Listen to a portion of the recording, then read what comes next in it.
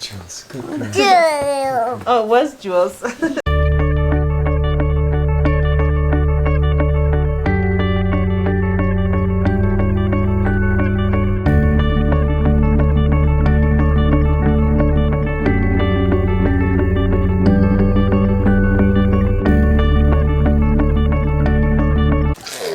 Okay, this is gate ball.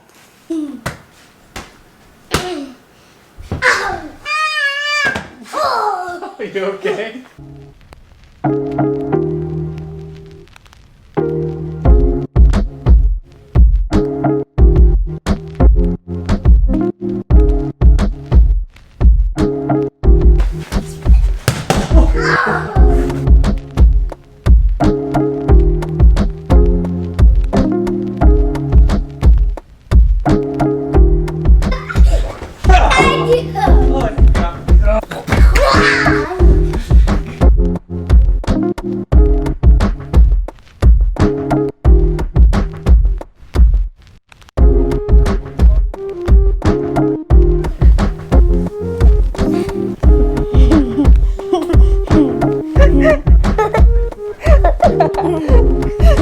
He found us.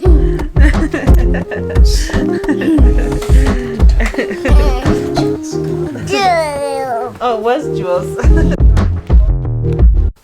Hello, welcome to day 163.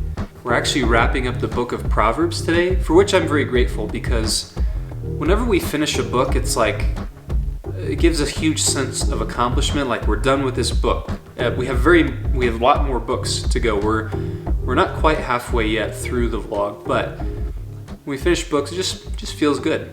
Also, Proverbs is great, but it's kind of hard going through Proverbs in major chunks because, like we've said so much on the vlog, you can take one proverb and teach a whole lesson on it, and you're covering, gosh, I don't know how many Proverbs in just a couple minutes.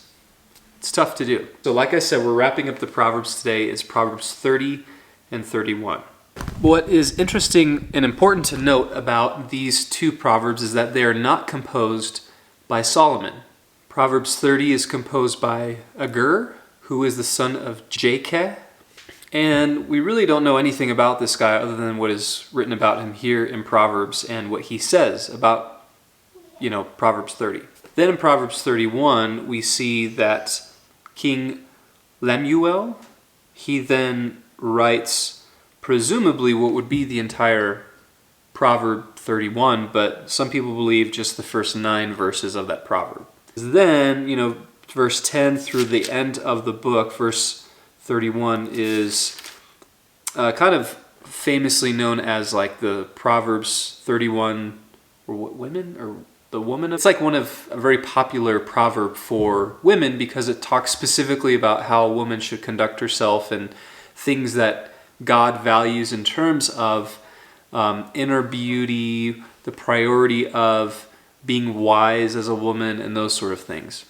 To be honest, there's really not, at least from what I can tell, a lot of connectivity or like one or two major themes that I see through these. Well, I guess they're in Proverbs 31, you really see the theme about, the importance of being a wise woman.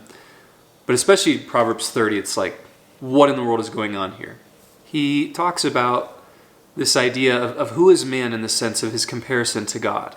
Now, when we jump back into 1 Kings, 2 Chronicles, some of the stories we're going to read are going to remind us of that beauty, of how even though all this kind of craziness is happening with the different kings, like God is still in control, and he's higher above than all of them. This proverb's interesting because what he does is he says things like, these 2 things are beautiful, 3 things that I can't even comprehend. Like he kind of does this weird numbering of things that are either just incredible to him or that are baffling to him or that are really bad to him. It's just a really interesting genre of writing here. Then, like we were talking already a little bit about chapter 31, this is a very famous proverb when it comes to how a wise woman conducts herself. You will, hopefully, as you're watching these vlogs, read these passages yourself, and I want you to, I encourage you to read Proverbs 31. But what I want to do is kind of speak to the generality of the importance of being a wise woman. Now, clearly, I'm not a woman, and there are things about being a woman that I have no clue about, so I feel very ill-equipped to speak in an authoritative way about this topic. But there are a couple things that I would like to share with you that I think are really important, that I've kind of noticed in my own experience. This proverb, when it's talking about a woman that is wise, it's talking about it often in the context of like a marriage relationship. Yes. What are you doing? I'm just talking to the camera. And because of that, there's a couple important things I'd just like to share briefly with you of, as a woman, in terms of walking in wisdom, what is really important.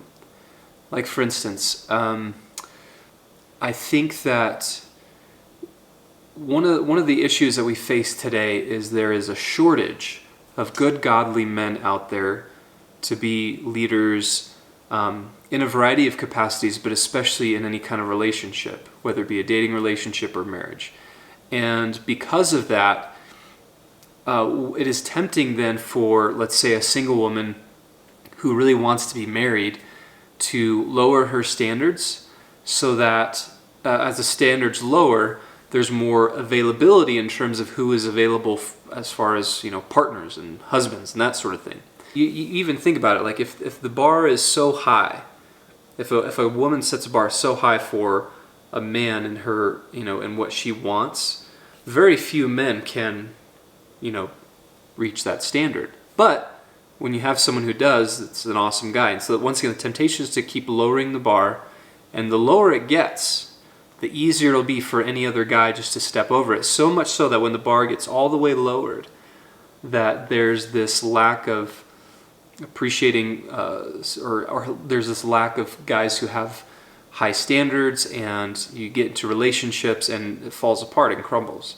And this is a real dilemma, and this is our fault as men for women, and I apologize about that. My encouragement is that whether you're single or married, whatever it may be, that those standards, they stay high. Because when you keep those high standards, those men in your life, whether it's potential men that would like to marry you or be with you, or it's even a current relationship or your husband, then it'll cause them to rise to that occasion. I think the biggest thing is, once again, we could read and go in detail in Proverbs 31 about what's said here, but I really want to take this vlog to say this. Ladies, do not lower your standard. Keep it as it is. I think the Lord will honor it. Even though there might be a lot of patience involved, a lot of long suffering, a lot of frustration, do not lower that standard. You do not need some bum walking into your life just because you want a companion. You want someone that has a high standard, that loves the Lord, and even those men in your life currently, keep that standard high. Be gracious to them as they're reaching for that standard, but keep it high. Do not compromise in that area. I think that is a key mark of a good, godly woman. Keep those standards high. Help keep us guys accountable to high standards, and I think the Lord will bless that. The Lord will honor that. Time to go to the store to get some buns. Daddy? Yes. I'm always impressed with my wife when she asks me to go to the grocery store to get something, because she knows the lack of discipline I have when it comes to the grocery store. Hopefully all I get is just the buns.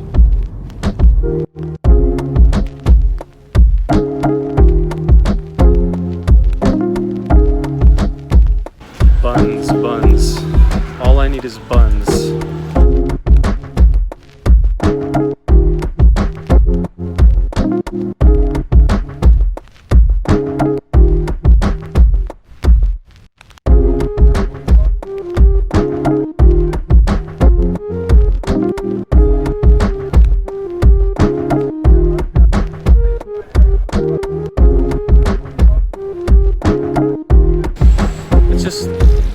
I just had to, it's just one thing.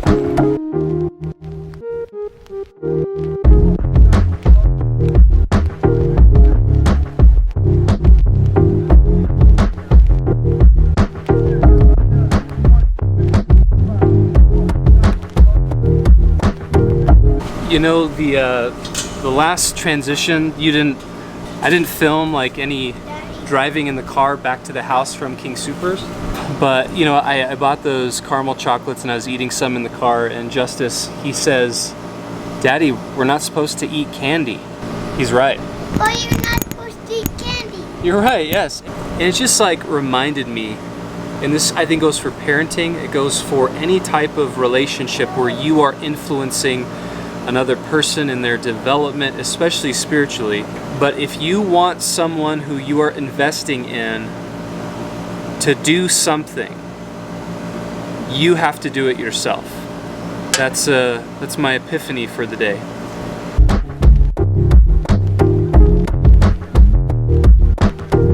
It kind of looks like a salsa patty. I'm excited.